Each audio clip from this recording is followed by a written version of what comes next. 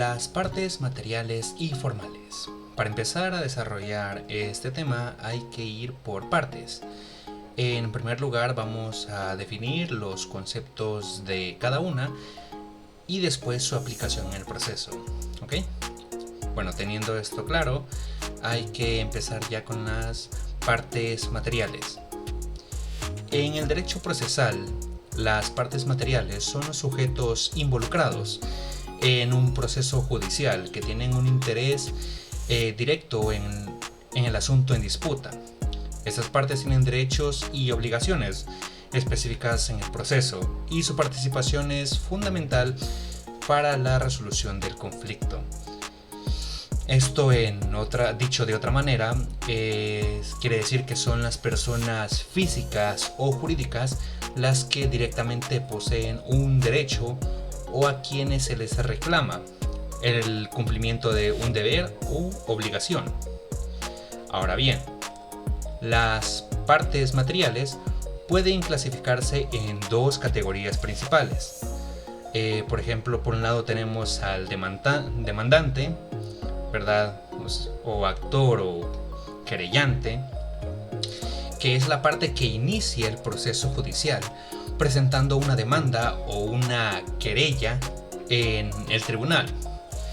En este caso, el demandante busca obtener una solución favorable a su reclamo o pretensión.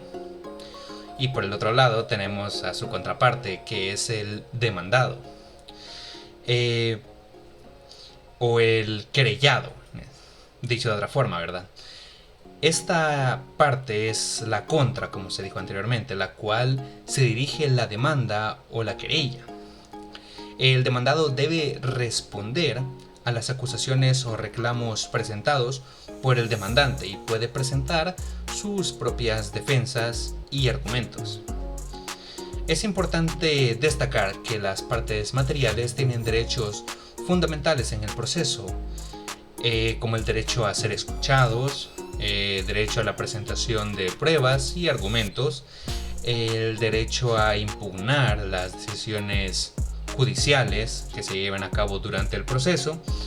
El respeto de estos derechos contribuye a garantizar la equidad y la justicia durante el proceso judicial.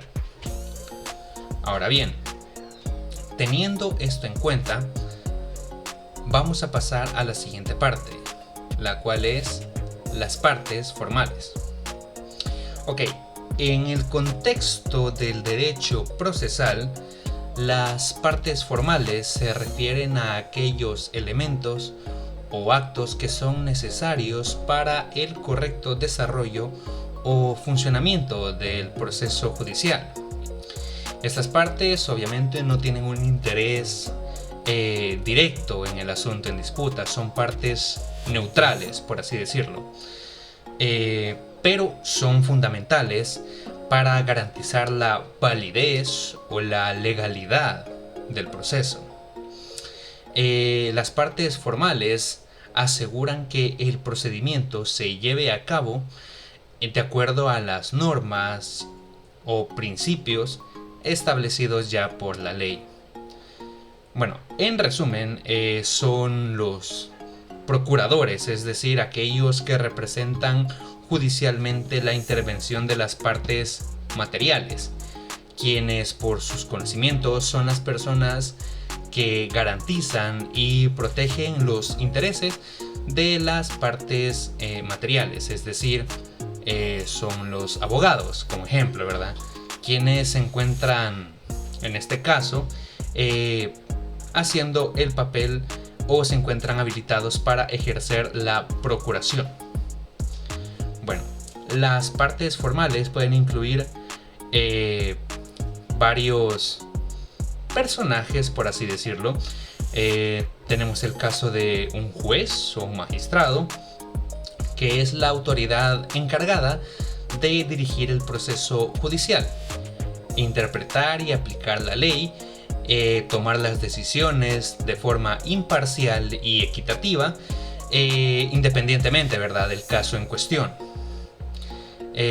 Tenemos, por ejemplo, también a un secretario judicial o un secretario de juzgado. Este funcionario es el encargado de llevar el registro de las actuaciones procesales. Es el que expide las copias de los documentos, de los expedientes y realiza tareas administrativas dentro del tribunal. También tenemos, por otra parte, al Ministerio Público, o llámese Fiscalía, ya que en muchos sistemas jurídicos el Ministerio Público tiene la función de representar ya sea los intereses del Estado y de la sociedad en general en un proceso judicial.